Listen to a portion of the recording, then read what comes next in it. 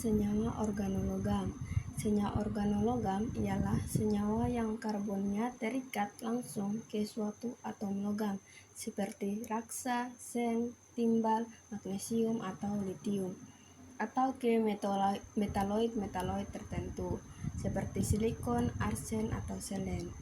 Tata nama senyawa organologam ini didasarkan pada aturan yang ditetapkan oleh International Union of Pure and Applied Chemistry, atau yang disingkat dengan EUPACH. Aturan-aturan ini dirancang untuk memberikan nama yang unik dan tidak ambigu untuk setiap senyawa organologam.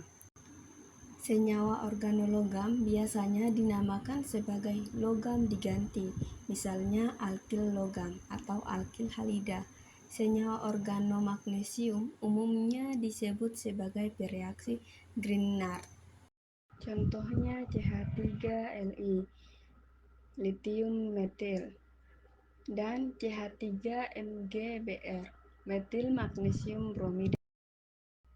Cara penamaan senyawa organologam yang diterima umumnya adalah sebagai berikut. Yang pertama, gunakan nama kumpulan organik R sebagai awalan kepada nama logam.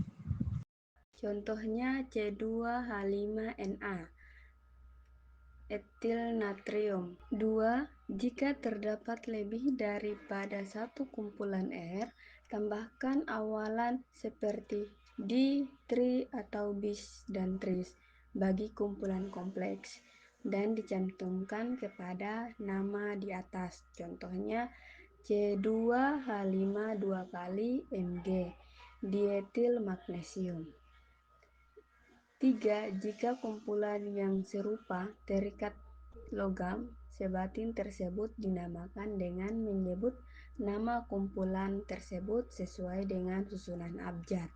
Contohnya C2H5 2 kali SnCH3 2 kali difenil dimetil timah. Jenis-jenis senyawa organologam. Jenis-jenis senyawa organologam terbagi atas dua. Yang pertama, logam non-transisi. Logam non-transisi ini yang terletak di golongan utama tabel periodik. Umumnya memiliki sifat yang kurang reaktif dibandingkan dengan logam transisi.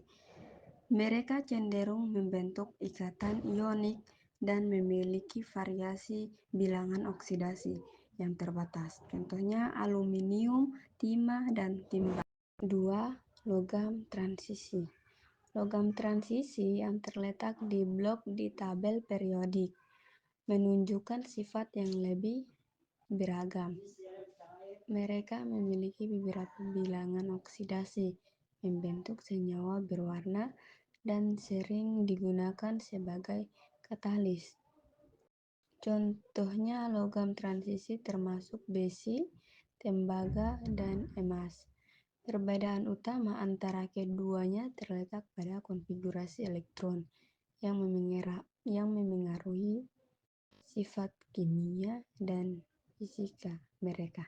Contoh logam non-transisi, CH3MgBr bereaksi dengan CH3CHO menghasilkan CH3CHOH-CH3 ditambah MgBrOH. Dalam reaksi ini, metil magnesium bromida bereaksi dengan asetaldehida untuk menghasilkan 2-propanol. Ini adalah contoh klasik dari reaksi adisi nukleofilik. Contoh logam transisi, Ni bereaksi dengan 4CO menghasilkan NeCO 4 kali. Nikel bereaksi dengan karbon monoksida untuk membentuk nikel tetrakarbonil. Ini adalah reaksi yang digunakan dalam proses MON untuk pemurnian nikel. Reaksi-reaksi organologam.